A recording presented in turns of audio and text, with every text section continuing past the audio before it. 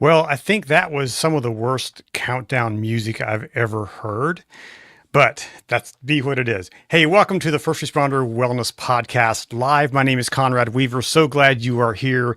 Hey, if you are joining us on YouTube, and that's really right now the only place you are joining us from, if you would leave us a note in the comments of where you're coming from, perhaps a little bit about you, and that would be awesome. So thank you for that. We got people from all over the country, maybe even around the world who have a potential to be watching. So really excited to see where you're coming from.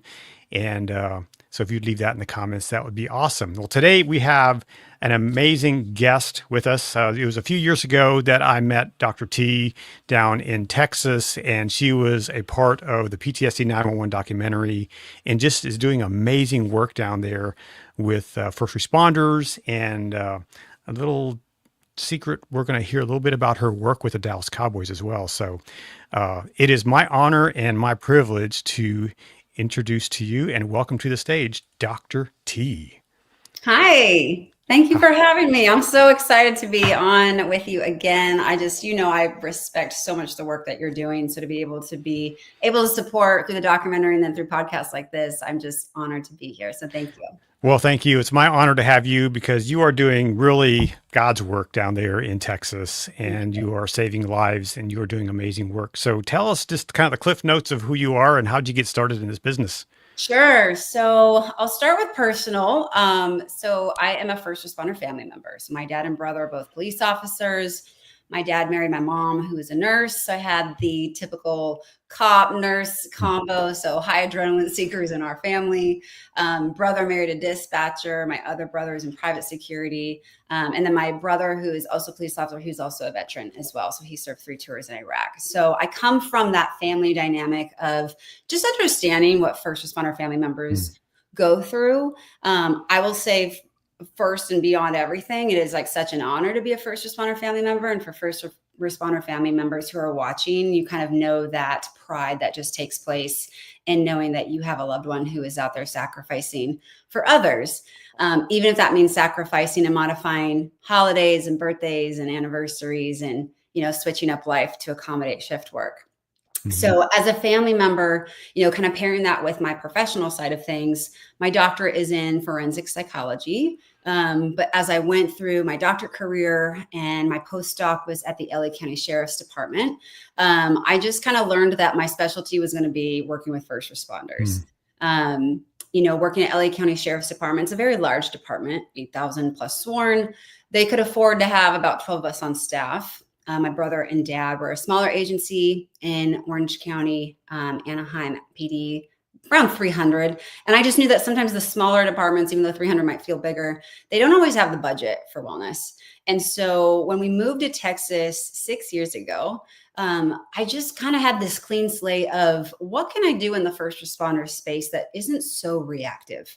And just because smaller departments can't afford budgets of, wellness focused services, it doesn't mean that we just take that as the answer. Because as you and I both know, and as we'll kind of talk through this conversation, this line of work requires the human being who is stepping forward to serve their communities so much to help them not just do a good job, but to get through this career. Most people don't become first responders for 5 years.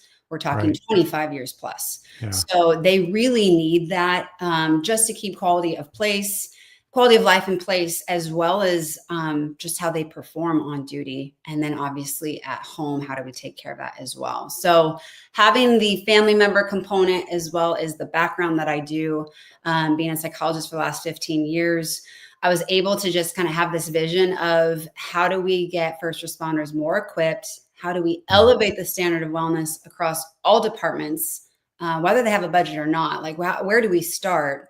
And that's really how FIRST has just grown. I started FIRST almost 4 years ago.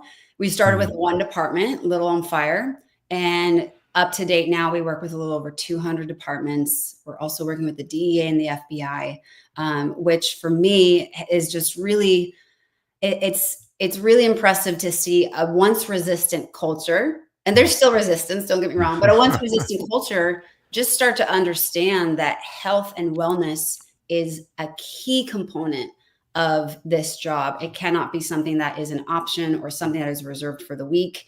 And I think that our growth is speaking to that we're finally getting some shifts going. And an incredible team started with myself and my mom, actually, and now we have about 45 employees. Wow. 5 of those are culturally competent therapists out there doing really good work in these departments and in the therapy rooms. That's amazing. I'm kind of surprised that you grew up in this family of first responders and you went the route of psychology instead of like putting on the badge and going, following you can that. call my dad on that one, Conrad, because I once had a thought about it because I would go on ride-alongs. Like I loved ride-alongs growing up with my dad, but I was also like the kid that wanted to pull everyone over. I probably need to see a therapist about that. But there was a moment where just because I had such respect for my father and my mom, I mean, I even contemplated the nurse route of things. And I think as I went through schooling, psychology and just human behavior and what draws humans to the fields that they end up in, but also just like our interactions and what impacts us and pains that we hold.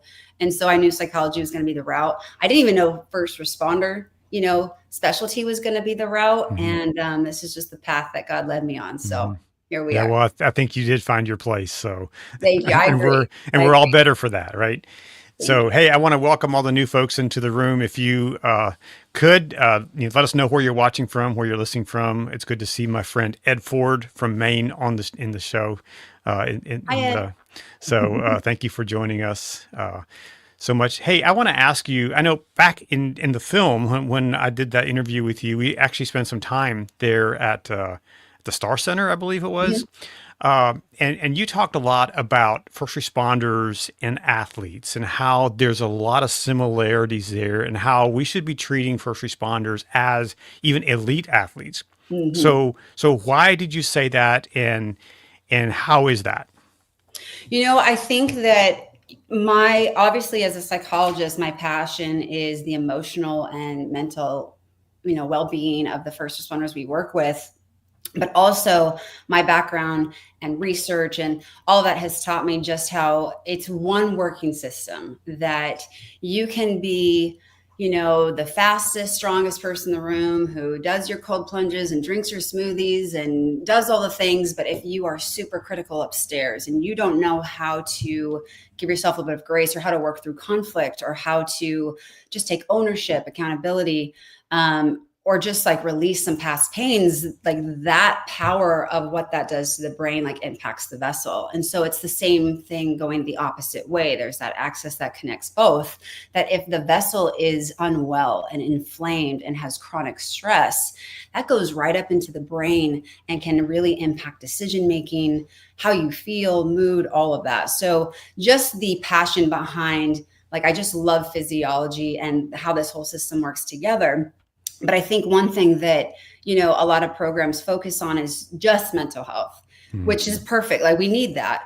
But, so much of this job is physical. So much of this job requires first responders to have their vessel primed and ready to perform pretty difficult tasks. I mean, I think the numbers are for, police to apprehend a suspect, especially a non-compliant suspect, is like 2 to 3 minutes of just full force exertion, everything in their system to apprehend this suspect. And then for firefighters, I mean, you can have, unfortunately, all the fires we've seen recently, but just extensive amounts of sustained moderate exertion with these like high intensity bursts of what's required of them.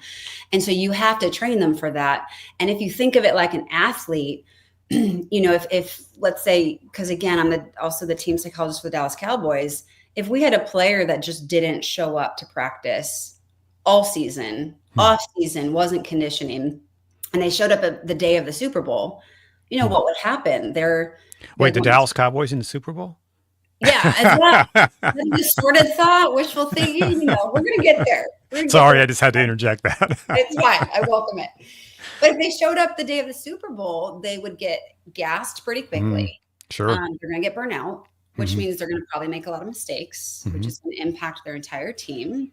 And if you think about first responders, like if we're not prepping them for when that call goes off, you're going to see the same thing. So if you think of that of like the career of the first responder, they're going to get burnt out.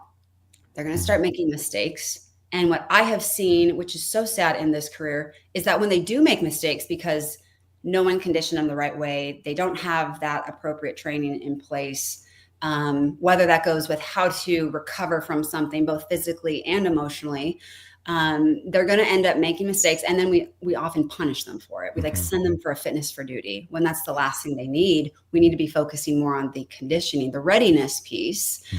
And the difference, between these. So that's where that athlete comparison comes in. But for the athlete who maybe is dropping the ball, making a mistake, it contributes to that big loss. If a first responder makes a mistake, it's not just dropping the ball. That could be life or death. Yeah, And for sure. working with first responders who blame themselves when calls often that are way out of their control don't go the way that they had hoped. It's a less than desirable outcome, the burden that they carry with that. And now we're trying to pick up the pieces when I would love to see us, instead try to get ahead of it and remembering to treat them like athletes, because physically they have to endure so much for, again, those sustained amounts of time, which is really kind of unique compared to other athletes. I was talking to a police officer recently who said, we were talking about this, and he said, we sit for hours in our cruiser, and then it's that quick moment of there goes a suspect, I got to jump out and full on sprint. Yes. And you pull a hamstring or you do something else, and then we know heart disease is a huge issue within all first responders. And so that if you're not ready for that, if you're not ready for that instant shot of adrenaline to go after someone, then that's going to be problems. Yes. And I'm glad that you talked about the stagnancy of first responders, of sometimes part of the job is waiting for the call to happen. And which is why when we do our trainings and our director of physical wellness, Dr. Chase Twedell, comes in, he'll speak to them a lot about that stagnant awareness of even posture, how you're holding your hips, how you are curving, your spine, like all of those things matter, because if you go from just sitting and now that gets super tight in your hips, and then for our police who are still having utility belts on their hips, if they're not, load bearing on their vests, it is just a recipe for injuries. Even I think the most elite athletes, some of whom I work with, I think if we sat them down for 4 hours in a chair and told them to sit still and then had them do sprint training, even their bodies are not going to be able to hold up against that. So that's the hard thing, is we can prepare as much as we can, and there's still going to be a risk of injury. But if we're not even preparing them for something that is really difficult, now we really see the risk of injury go up, or that mistake is made, or they can't keep up. Because again, the suspect's not going to slow down just because the first responders, hamstring tightened up on them. They still have this job to do. And so again, that vessel is constantly being pushed. And then when the mistake is made, we're pointing at the first responder for how they handled it, rather than the department of, well, what do we have in place to keep this person equipped and ready? Yeah. So, I think it was 2 days ago, I saw some video footage of a suspect that was being chased in Baltimore here locally. And fortunately, the suspect kind of cornered himself behind a fence, and he wasn't able to run very far. But the officers had to jump out and take him down. So again, it just reminded me of, this is the real thing that happens every single day in agencies all across the country. And I think about those officers and those first responders who are making those arrests, or those, involved in those things. And are they healthy? Are they going to, have problems later on? And so so a two-part question: what can an individual do to prepare for that? And what does an agency need to do to help their officers, their firefighters, their dispatchers to handle these kind of situations? Yeah, it's a great question. Probably one for one of my physical therapist performance coaches. So I don't want to step out of my lane with it. But what I will say is a big thing that we focus on the physical side for first is task specificity, meaning you can't let the job train you. you have to train for the job. So that means looking at what does this job require of my system, and am I training those components? We've taken a really good look at even the annual fitness testing, and there's just a lot left to be desired. That is one of our newest services, as we are still working within guidelines of what they need to do, especially on the fire side. But when you break it down to, well, yeah, you can do, X amount of push-ups in this amount of time or whatnot, but how does that translate? And what we have found with the fitness testing with departments is when we pull all the research and looking at, well, what areas of fitness, because fitness can sound like this very vague component where someone might just think, oh, I can run a mile in this amount of time. But there's so many components of upper and lower body strength, endurance, power, mobility, all of those different components. There's different ways to train for those things. And what else we know about the majority of when we're looking at the research is most departments will leave training programs up to the first responder to do. And so you do have many first responders who value fitness and exercise, but if no one is breaking down the elements of fitness into some of those areas I just talked about, we might not be training for that in the weight room. And honestly, I think a lot of our first responders were prior athletes. They were on football teams. They did this, track and field, whatever it is. And they end up doing either what they're used to doing, like, oh, I'm just the runner. Or you have the one guy who's like, oh, I don't run, but I do, weightlifting. Or they watch each other and then they just try to replicate that. And so they're kind of just heading into this fitness world blindly and using past experiences, but they're doing the best they can. But it's really about educating all those areas of fitness and what exercises target that. And what I will also say is, because of the injury rates and whatnot, I mean, that lower back pain, so much of that comes from like hip mobility health. And if someone's hips are tight, that impacts how they sprint, how they move, how they sit. And we all know that first responders, like when they are training, I think they tend to go after bigger, faster, stronger for those moments like we just talked about, like in Baltimore. First responders, I think, forget to use exercise for recovery and making sure that piece is just as important as let's get our heart rates up and sweat. How do you tell your system it's time to calm down, how to rest? Because we know that when you rest, especially after those workouts, and how you fuel your body with nutrition, that can either help or hurt what you just did in the weight room. And that can impact directly the next day's performance or that shift. So one of our new services is new fitness testing, which is an 8-test battery that looks at all elements of fitness, and it's non-punitive. And so that way, when someone goes through it, they might think like, they might come in looking like, wow, this person is so fit, but like they can barely move. They have no mobility. And so when they're able to see that, now it's not just about, oh, you're fit or you're not fit, because fitness is not black and white like that. It's more looking at, hey, your strength is off the charts. Compared to your peers, you are above average. But mobility, you're actually below average. These are some things you could start doing at home today to start improving your mobility, so that fosters your strength, endurance, power, other areas of fitness. I was thinking about the athletes that you work with, the Dallas Cowboys. More than likely, most of those guys have started their football career probably in middle school. And then they went to high school, and so you had the best of the middle school players played high school ball. The best of the high school players played college ball. The best of the college balls, players now get into the Dallas Cowboys or whatever team. So here you're taking someone that's come through school, you graduated high school, they're going to classes to become an EMT or a firefighter or going into the academy for law enforcement. They haven't had all this elite training along the way. And now they're expected to do all these high performance things. How should the training be? How can an agency help them get to that level where they're ready for those kind of activities? Right. The agency has to, because first's pillars are prepare, endure, recover, right? We look at the lifespan of the first responder. How are you preparing them and their family members for what's to come?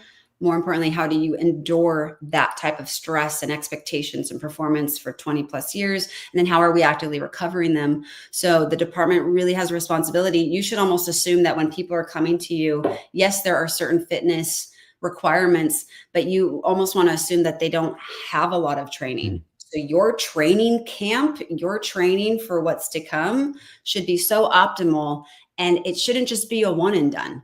I mean, when you look at the Dallas Cowboys, right? Even though, like you just said, they've had all this training. So one might think, oh, these guys know exactly what to do in off season, during the season. They still have a team of experts around them who are helping them and keeping them on track every day. And when they're injured, they have a team around them every day, conditioning the non-injured limbs, making sure they're eating right, making sure they're not isolating. So even the elites have a team. So we can't expect first responders to be elite at what they do, which involves some of that trauma and those other dynamics that make it really hard, without having a team around them. That needs to be embedded in the department. We cannot just expect the first responders to do that, A, on their own before even getting into the job, and then B, do that on their own for the 20 years that they're in the job. Yeah.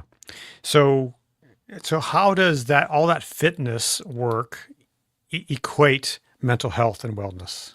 Yeah, it's a great question. So one of my favorite books is by Dr. John Rady. Probably have heard me talk about it, is Spark. It's one of the first books I think I read right before I started first. And it's all about the brain fitness connection and how human beings already come equipped with one of the most powerful, resilient tools against some of the things like anxiety, depression, aging, cognitive deficits, is movement. And it doesn't have to be high exertional CrossFit, like be an athlete.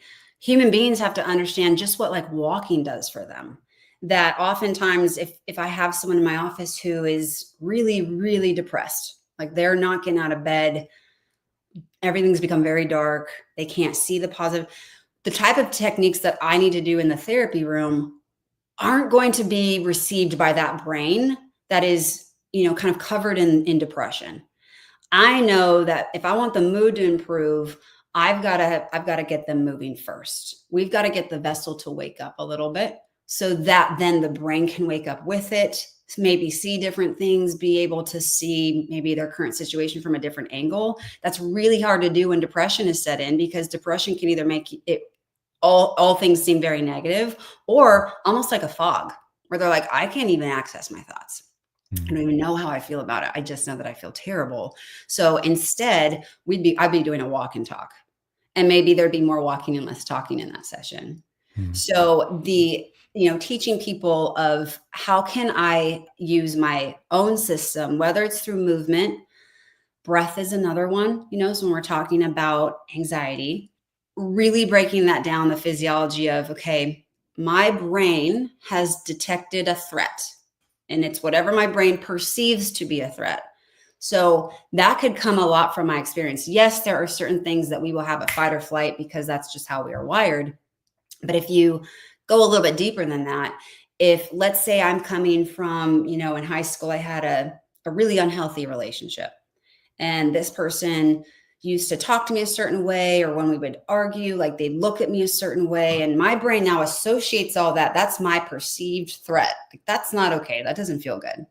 And now it can be 15 years later, and I'm in a completely different relationship, and conflict is healthy if it's done the right way. And we're having healthy conflict. But now this person that I'm with now, who's quite healthy, looks at me in a way that is familiar to how this person used to look at me during arguments, or talk to me in a certain way, or tone of voice.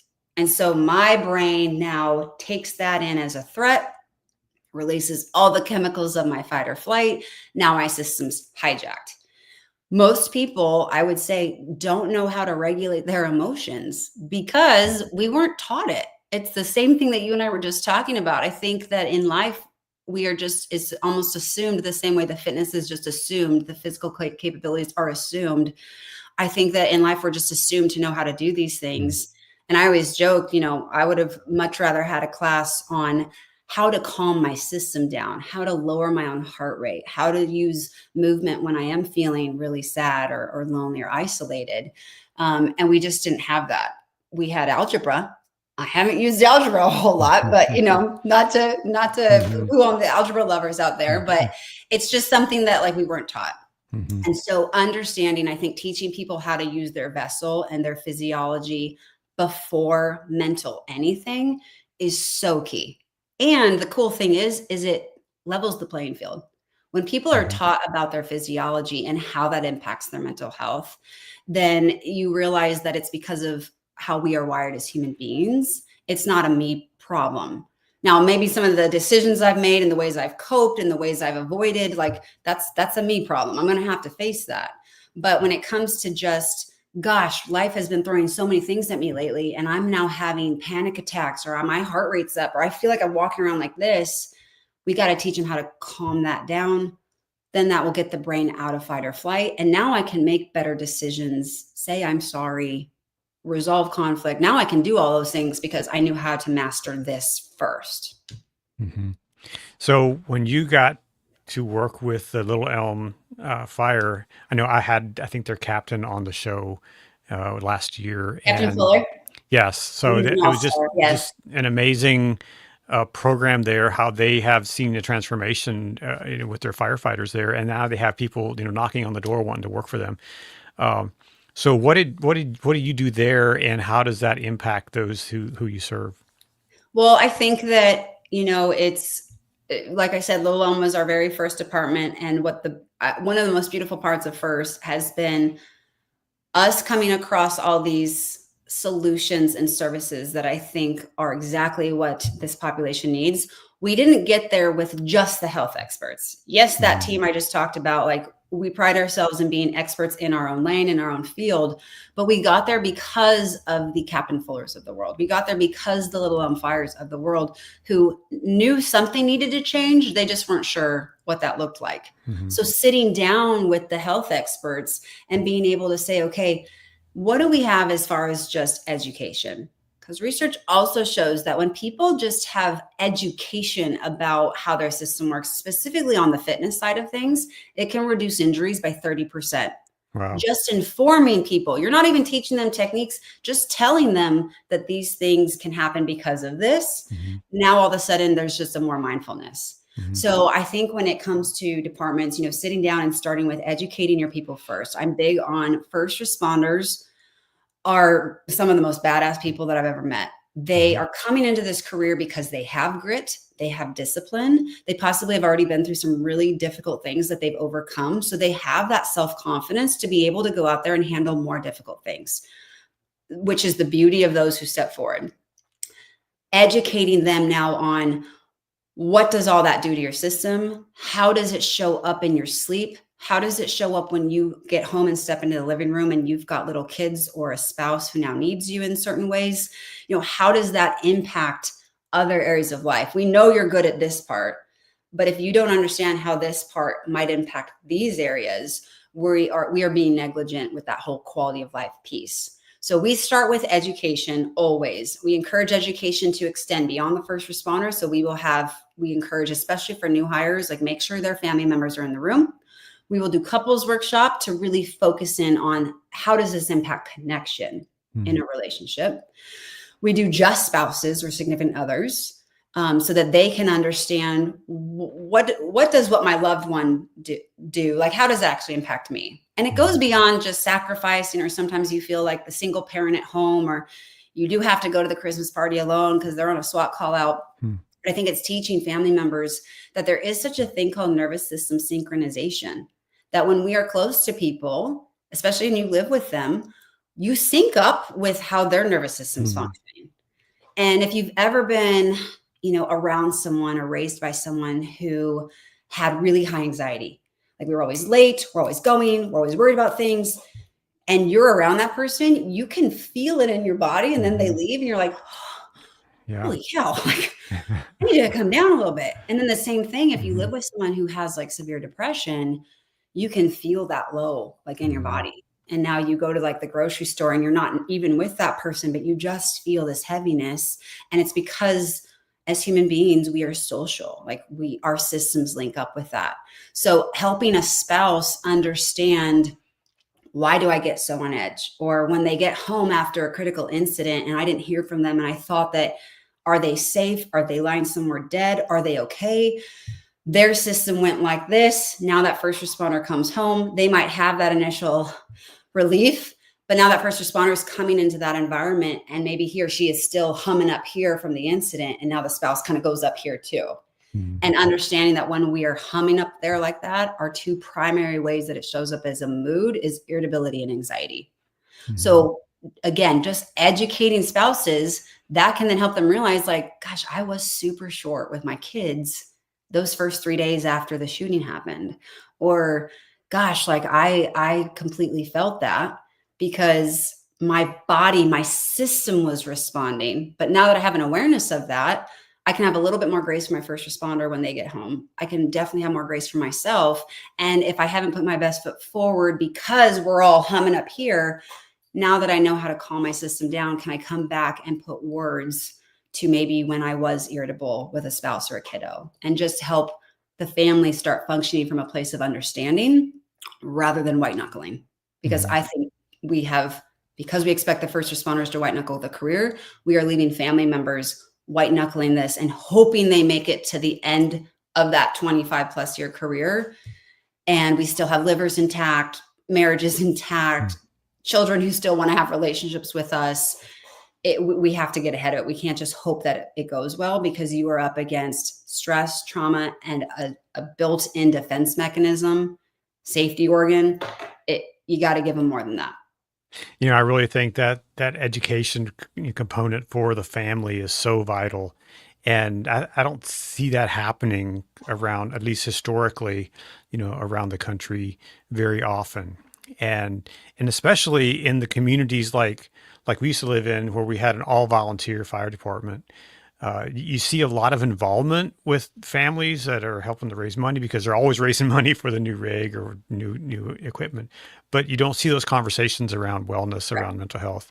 And so how do you, in a small city, a small town where there's not much resources, how do you, bring in people like you and others and to teach not only the first responders, but their families as well? How can you do that? Yes, I think that, if they don't have a budget I love being in front of people. I love the person-to-person interaction. But if they didn't have that, there are fantastic podcasts out there that focus specifically on the family members. I know that there are some great books out there, Code for Couples, Love a Cop. I know there's more. I wish I had the whole list in front of me, but I think that there are resources where family members can just take matters into their own hands and start following along with groups or podcasts or books that really speak to that. What I will say, though, is also sometimes be careful with that, because you can end up with either a podcast or something where it becomes a little bit more of an event session rather than skills training. And this is really about, being seen and being heard. And sometimes it feels good to realize, like, your spouse isn't the only person that acts like that because you thought it was a them problem, but how to walk the fine line of letting them share, but then channeling it in a way that wraps understanding around it. And here are things that you can do maybe next time, while we're also working with your first responder, because it ultimately comes down to everyone has to be responsible for themselves, which is why we say, that self-mastery is so important for the first responder. But the spouses, the family members need to have that and understand that too. So I think, if they can afford it, bringing in a local expert or reaching out to First. And one thing that we're wanting to do more of is like virtual workshops that is not therapy. So like it can go across state lines.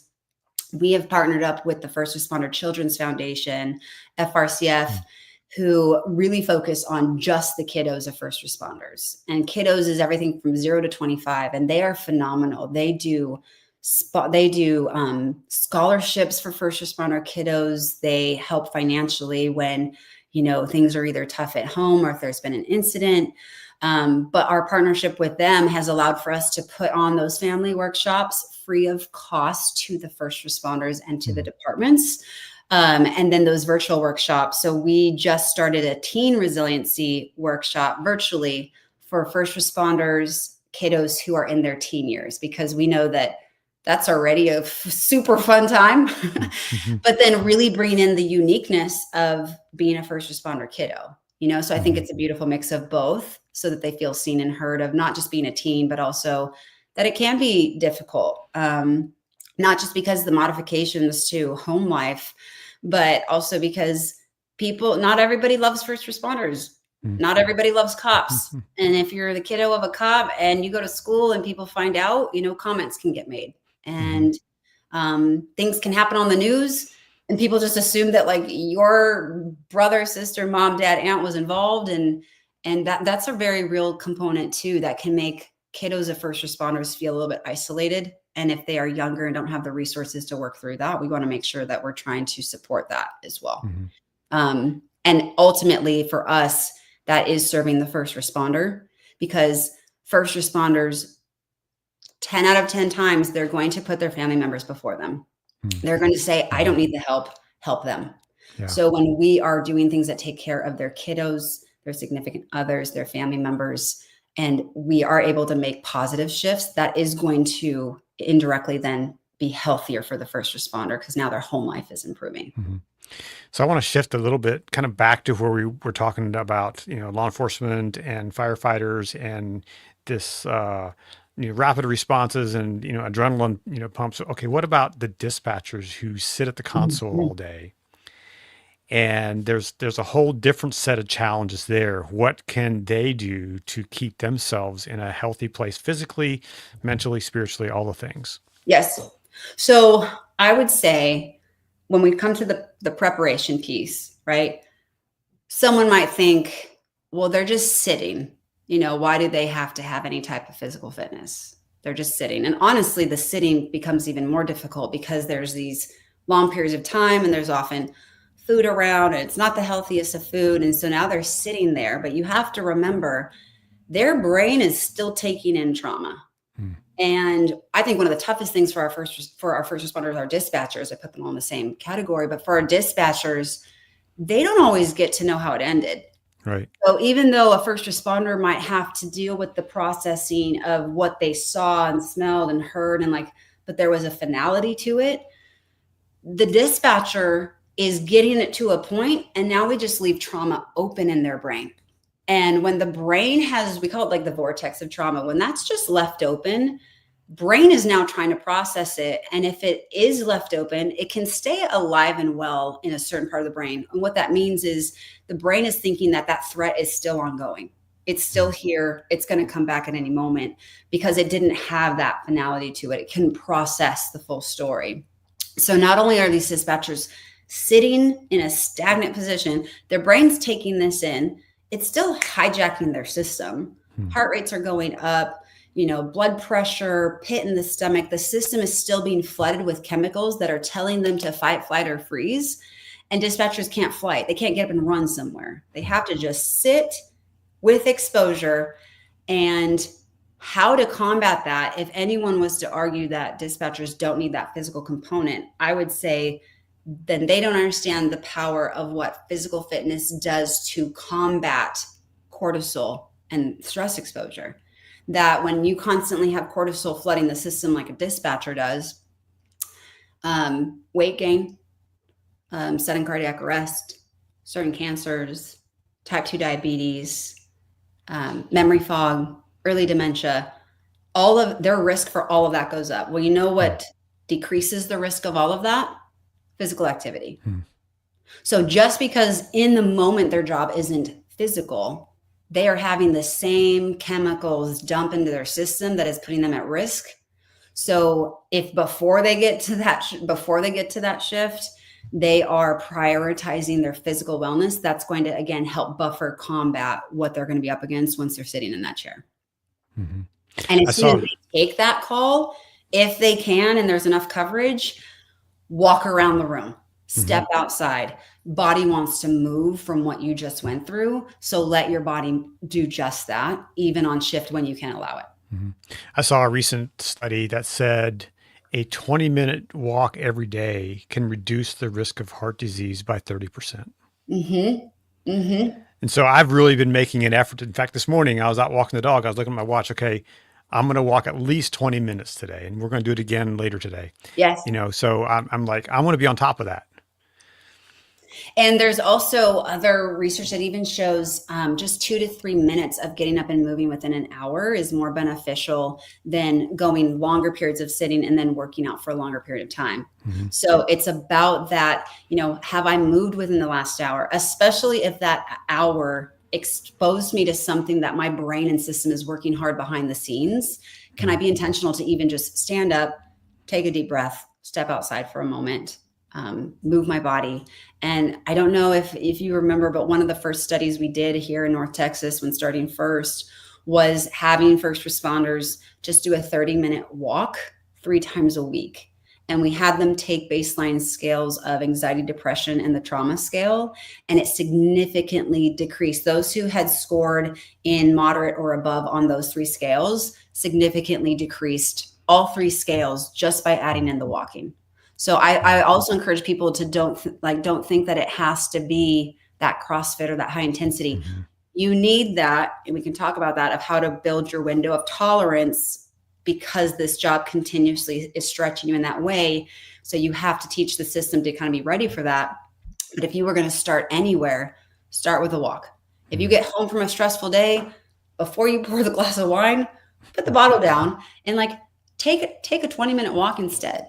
And I guarantee you, when you get back from those 20 minutes, check in to see if you actually are craving that glass of wine, or if your body or habit was just wanting something to help you down regulate a little bit. The walk's going to do that. The walk is also going to open up that part of your brain that's going to help you have great ideas, think clearly, and decide if there's anything from that day that still needs your attention, or something at home that maybe requires your attention. And so it's not only helping the system calm down, it's getting your brain just more ready to be present. Mm-hmm. Something I posted this on TikTok yesterday, and yes, I've become a TikToker, for better or for worse. I was outside and I was walking the dog, and I just stopped and I listened, and I heard all these birds. They were all, talking to each other. And I posted something about that, is we don't stop often enough and just listen. Mm-hmm. Listen to our surroundings, and just when you do that, you start hearing things that you didn't notice before. Yes. And it does something. I don't know what it does to the brain. I'm not an expert at that, but maybe it's something you can explain what that does when we just listen. Yeah. Well, what you're doing is it's called grounding, right? And we teach this in all of our trainings with our first responders. When we are in the craziness of our day and our brain is just bulldozing and our system's just bulldozing, you miss things. And that brain, again, that's trying to detect threats, whatever that threat might be, it's just working constantly for you. And when you slow the vessel down again, when you slow everything down and you ask your brain to focus on one sense even that is in that moment, your brain will start to then look for that. And next thing you know, the birds sounded really close, or they were really loud, or, oh my gosh, there's multiple of them. And then maybe once that sense was locked in, next thing you noticed was how the clouds were looking in the sky. And then all of a sudden, you could smell the air around you. And so what we know is when you ground the system like that and you tell the brain, just stay right here with me, cortisol starts to drop, heart rate starts to drop. The whole system starts to down regulate and come out of that fight or flight that we might be in. And that is so important. It's almost like a 90-second vacation to then turn and start bulldozing again. Mm-hmm. And if you don't give those little moments of just stillness, like you said, you're going to miss things. So for you in that moment, you could have missed the beautiful sounds of those birds. Mm-hmm. And if first responders watching this, they're like, I don't care to hear the birds, right? But take this into something different. Mm-hmm. If you don't slow down for a minute, you might miss that your body is actually screaming at you because that knee is really hurting, or you haven't eaten yet today. That's actually your stomach growling, or gosh, have I used the bathroom recently, right? Or in other ways, if I don't slow down, I might miss what my wife has been trying to tell me. I might miss the fact that I was really not that kind to my kids getting them out the door this morning. I might miss those things because I'm just bulldozing. When we slow down and we are still, it's not only beneficial for the vessel to combat all of those medical diseases we just talked about, but it really helps the brain clear out the background noise and focus in on what's important. And if birds chirping is how your brain's going to come right here to where you are, that's only going to be the domino effect of having you be more self-aware of what else is in that moment. Mm-hmm. I love that. And I love that you brought that up. I remember when we were filming for the documentary, we went out to the equine center, Our watch. and Yes. spent some time around horses. Tell us how that, which is kind of similar to what we were just talking about, and how that can help us downregulate and become better. Yes. So Our Watch is one of our nonprofits that I'm a part of. And we've actually partnered up Our Watch and First, and I'll talk about that too in some really great ways. But the beauty of Our Watch is that when we bring first responders out there, it's on 12 acres, and so the moment they park their cars and they're starting to walk out into this field towards the horses, the healing is already happening.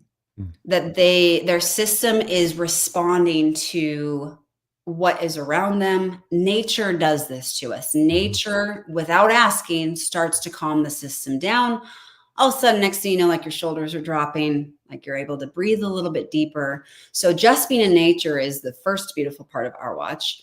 But then you get out there with the horses, and Our Watch is all about connection, which I love because trauma, high stress, high expectations, conflict, it can destroy connection. And connection is one of the first responders' most important resilience tools to get through this career. They have to stay connected to the people who actually matter. While they're so busy servicing all these other individuals, the ones that are at home waiting for them or wherever they are, the connections in their life is what is going to help keep them balanced and grounded. So connecting them with a horse, they don't have to like horses. It's not horseback riding at all. It's all groundwork, but putting them in the presence of this horse, and horses are herd animals and they are very big and they don't want to have to exert any energy that they don't need to. So when you walk out there and you're becoming a part of this herd, if you're dysregulated in any way, the horse is going to feel that. And they're going to give some signals back to you in the beautiful ways that they do this, almost like a, hey, herd member, can you regulate a little bit? Because you're starting to impact the feel of our herd and we don't want to exert any energy. So getting that feedback in the moment is so powerful. And it's really interesting to watch first responders almost fight that. It's like their system's fighting, like, how do I just let go? And the longer they're with that horse, the longer they are in nature, the longer that us coaches are directing them back to their feet on the ground, where their breath is at, releasing that thought for a minute and just staying connected as they maybe come up against the horse and we have them breathe with the horse. Come back and just be still is one of my favorite parts about Our Watch. And we do that for not only just first responders, but our couples workshops out there. Our Watch has been utilized for a lot of grief. So when there is grief that happens at a department, line of duty death, the horses, it's just an incredible way, because grief is one of those things that we like to run from as well. It feels so terrible. And you will find people just starting to avoid, numb out, dodge the grief, when the only way to get through grief is to actually feel it and to sit through some of it and to make time for it. And that's exactly what that space does. Yeah. Wow. This has been an amazing 48 minutes already with so much. It's like we're kind of drinking from a fire hose here. Yes. And I want to encourage people, if you have a question for Dr. T, put it in the comments. I have a couple questions. One was, it said, how do I get the links for these workshops or updates or future workshops that you might be having? Perfect. So you can find out all this information on our website, which is www.first, which is F1, so F1RST.org. I'm also on social media. I believe it's dr.t at first, and then first_PER for prepare and recover are our social medias. We're also on LinkedIn. We're on Facebook. And I really try to, on the Dr. T social media, try to put not only the upcoming workshops links, but I try to do little videos, like just quick little tidbits of reminders through your day. I love when first responders follow along, but then like their spouses follow along or their kiddos, because then it sparks conversation at the dinner table. It just, like you were saying, Conrad, like brings conversations into place. Because I too have seen so many departments that will host like a family event, and there's maybe a food truck, and it was so nice, and then everyone gets back in their cars and leaves. And I'm like, I love that we held space for them, but like we didn't teach them anything. Mm-hmm. And first responder family members deserve to be taught actual things that they can start doing today to keep their connections with their loved ones in place. Mm-hmm. Yeah. So as we start to wrap up here, I want you to take us just through a quick breathing exercise. Sure. I love this. Okay. So you all know how to breathe because you've already been doing it as you've been listening to Conrad and myself, but it's more about really, do you know how to breathe when the system's under a stress response? That's really important. But what's cool and most effective is practicing that when you're not in that stress response, practicing it actually when you feel calm, just so you can notice how it feels, because it does feel different. When I am in a tough part of life, right, and my heart rate goes up because my brain's like, this isn't okay. My heart rate goes up and I kind of feel these things. Maybe someone cut me off on the way to work, right?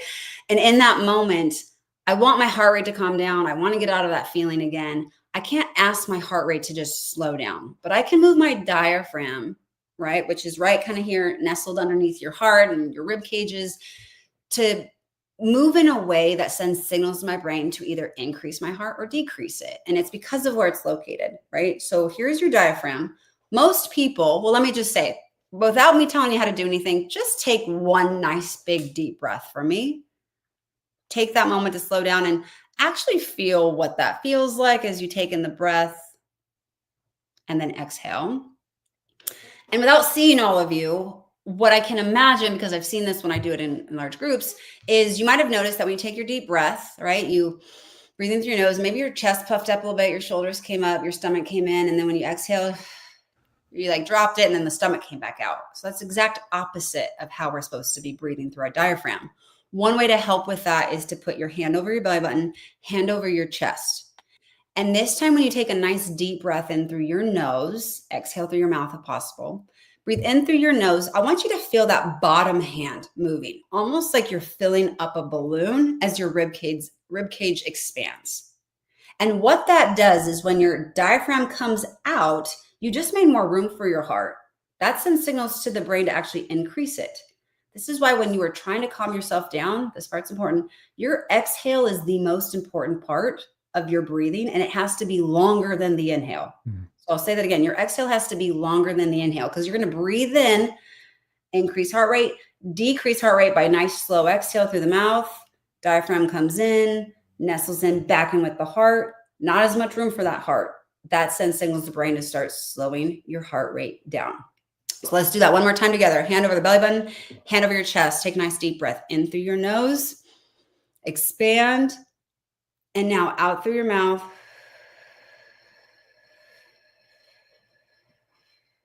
I want you to kind of be dramatic with how long that exhale was. So that's just getting the diaphragm used to working. I want to make you guys really good at breathing. So I'm going to give you one more little trick. I didn't develop this.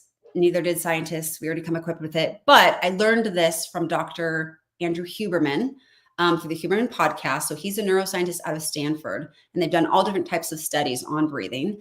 And you guys all know we've gotten really fancy with breathing, like boxed breathing, cadenced breathing, how long you hold for, how long you exhale for, where we come equipped with something called a physiological sigh, where our bodies will take that second inhale through the nose. So it's going to be 2 inhales before that nice long exhale. And what that does is it just pops all the little sacs open in your lungs to help push out carbon dioxide.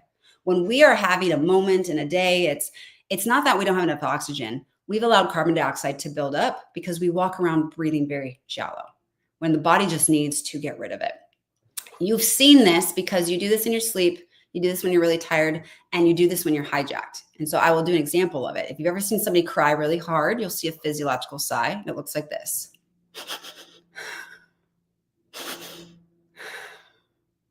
You like hear that second inhale, right?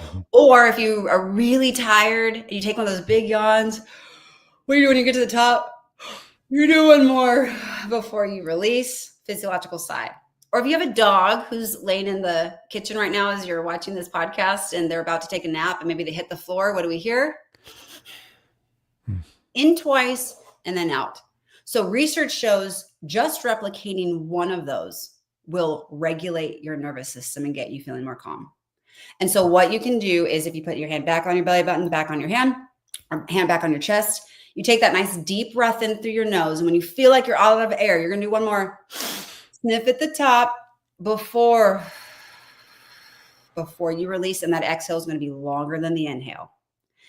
You naturally breathe from your diaphragm lying on your back. So if you're having a hard time falling asleep, start with physiological sighs, feeling your diaphragm expand, adding in one more, and then nice and slow exhale. Try that on your way to work. Try that during high performance. Try that definitely after a difficult day, difficult call. When you're having a difficult conversation or you're sitting in that meeting next to someone you cannot stand, no one has to know that you're doing your physiological sigh. And this is something that is yours. You are walking around. This is yours to practice, yours to execute. And hopefully that helps. Wow. This has been so good. And I remember a few months ago, Dr. Phil Bequee told me about that physiological sigh, and he was actually at a conference where he demonstrated that. We all did it together. And recently, my wife was kind of stressed out. She's on the way to school because she's a school administrator. And I said, just do this. And, Yes. and I taught her that physiological side. And so she did it on the way to school. And it just helped her. You know, by the time she got to school, she was ready to walk in the door. Yes. And for all the parents listening, please teach your children. I have a 6 and a 9-year-old, and both of them, they're such little psychologist kiddos, but both of them know how to do physiological sighs. They know that if they're having a hard moment or a big emotion, they're starting with their breath. And if you are someone who's in that like fitness, which all of us should be moving our bodies, practice the physiological sigh during high exertion. So if you're on that run, do the second inhale before you release your exhale and watch what happens to your ability to run longer, faster. Performance does improve. So that's a great way to practice it. Well, this has been fantastic. Dr. T, thank you for being here. And before we sign off, I want to jump forward to next month and let you guys know who is going to be on the show next month. I just confirmed this. So next month is April 25th. We'll have Jeremy Wade on the program. And Jeremy is the founder and CEO of the Mission First Alliance. And we're going to talk a little bit about faith in the first responder community and what that means and how you can live out your faith as a first responder. So that's going to be a fantastic discussion. So be sure to bookmark this and prepare for that April 25th. And then going forward, we have some other amazing guests coming as well, such as that peer support couple, Javier and Kathy Boustros. They're going to be on sometime later this year, and some other amazing people. But today, Dr. T, it's been a pleasure having you on the show. And I want to give everyone a heads up that Dr. T was a part of our PTSD 911 documentary. You can see her in that. But now, if you are a first responder and you have purchased the PTSD 911 film and toolkit, Dr. T's entire interview, uncut, is in that toolkit. So when an agency purchases the film and all the related materials, Dr. T, your interview is now there in its all its glory, the whole thing. So I'm really excited to release that as part of the toolkit because you have a lot of things. In fact, this past week, I cut a clip out of that we shared on social media where you talked about, we should have been doing these things 30 years ago, but we haven't been. And so that clip actually has really kind of blown up on some of the socials. So really excited about that. And excited that your whole interview now is a part of that toolkit. So yeah, I'm honored to be able to share and support in that way. So thank you so much for having me. And I hope that if this at least impacted one person, then we're doing the right thing. Well, thank you for being here. And thanks everybody for watching and for being a part of this day today. And for the next week, this program will be only available for the subscribers on my emails. But we'll release it to the public here in about a week or so, maybe a few days less than that. And I'll put all the links that Dr. T shared in the show notes so people can you can go directly to her website and her socials that way. So thanks again for watching, Dr. T. Stick around, and we'll wrap up offline. And for everyone watching, thank you so much for being here, and we'll see you again next time. Take care. Thank you.